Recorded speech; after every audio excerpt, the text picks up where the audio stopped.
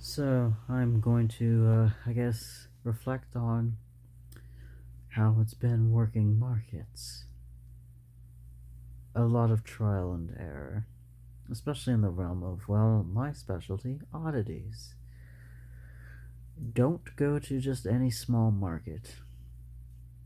You could want to do that just to kind of build up an audience and reach out towards those who are into the unusual and all that, which you can also end up wasting a lot of money in the process because, well, you're marketing something quite difficult. And I have made that trial and error many times.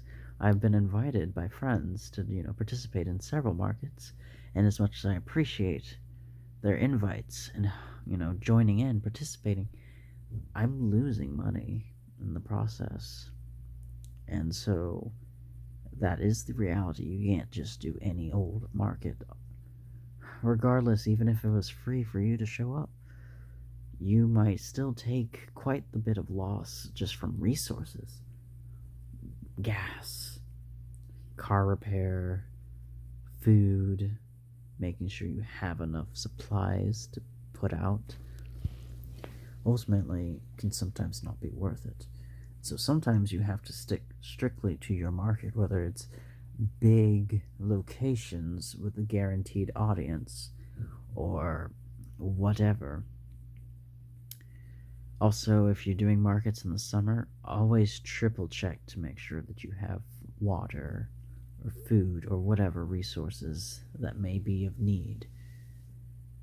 Always triple check. And also, if you think you can show up with only 30 minutes to set up, you are lying to yourself. You have more than you think you do to be placed out and put upon properly. Also, triple check to make sure you have whatever method needs for money. And also, always have a spare 20 just on hand, but in ones. Or, ideally, a spare, like 40, one for tens and fives as a 20, and ones for ones. Though the ideal amount is about 100 and change to 150, sometimes if you're a real small business that only does it part time, you're not going to have that on hand. So, 40 honestly can get you going. But make sure you have that on hand and change the best you can. Can you survive with 20? Sometimes. A lot of people use cards, so sometimes you can't survive with just 20. But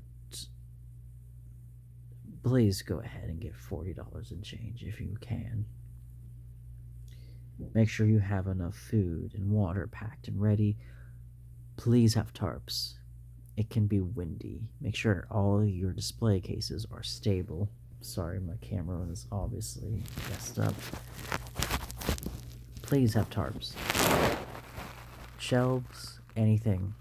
Things that you can stack your pieces on. Make sure your angles are good. Make sure to accommodate for wind, for customers knocking things over, being touchy grabby. Bring spray bottles of alcohol to go over your products every few hours or so because people love touching things even though they don't intend to buy. Also, if you have higher quality pieces, um, say markets like First Monday in Canton aren't ideal for them because everyone is going to want to bargain a price, and you can have them for quite below market price, but depending on the piece, people are still going to have their complaints because it's a flea market. They think they should get it for dirt cheap, which is to be expected. Jigsaw, do not make me come down there. Jigsaw. Jigsaw. Come here. Come here. Alright. Alright.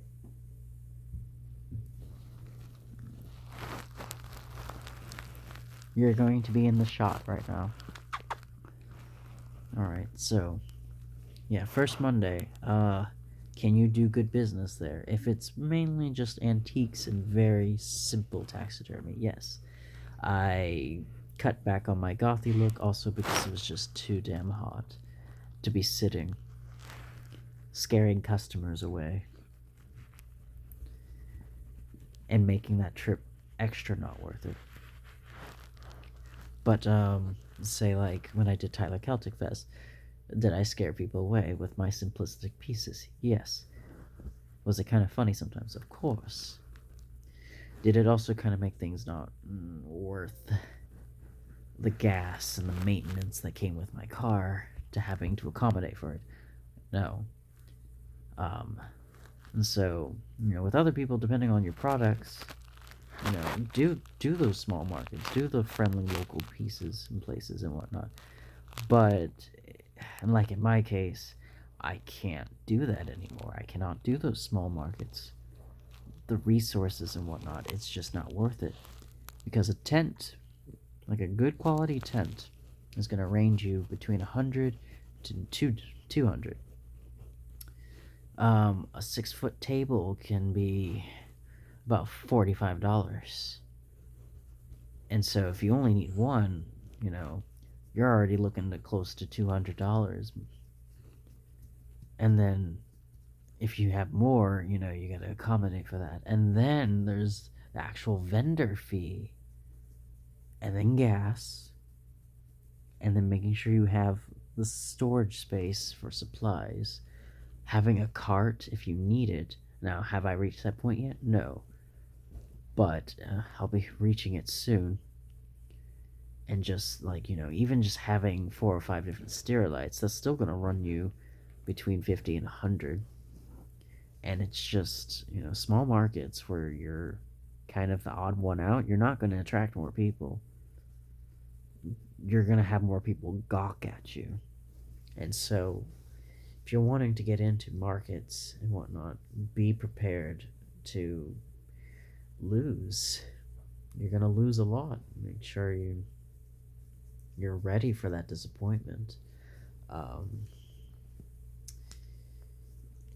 And learning, you need to attend markets that are only tailored to what you're looking for. Now, if you're not doing oddities, if you're just doing like antiques or just art and whatnot, you're gonna have a lot more flexibility. I sell vintage clothes and creepy pieces like this and whatnot. Various things. I can't ever properly list what I'm gonna happen to have because I get things as I get them.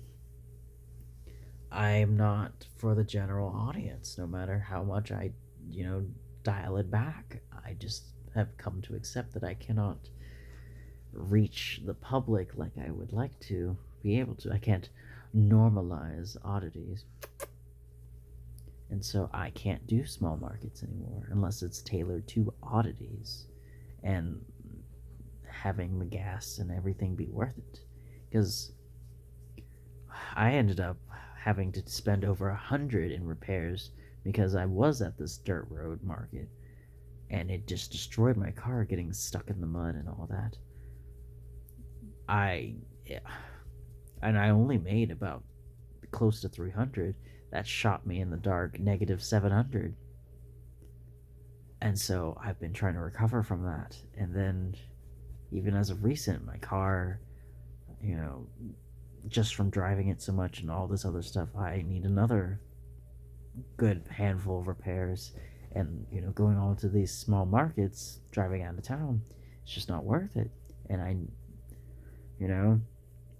I have to tailor myself to my markets, and that if you want to ever do that, you have to tailor yourself to your markets.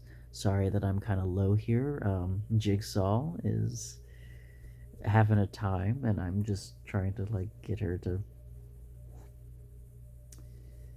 Well, she's chill now because I'm petting her, but you get my point. It's a struggle. It's trial and error, and I've certainly spent the past 2 months a lot of trials, a good handful of errors, but I know now for the future. I I'm tailoring accordingly to what I can and can't do. And I hope I said something of decent information that you may be able to benefit from. Scaring your audience, as hilarious as that is, will drive you to lacking sales, which will backfire and have you starving.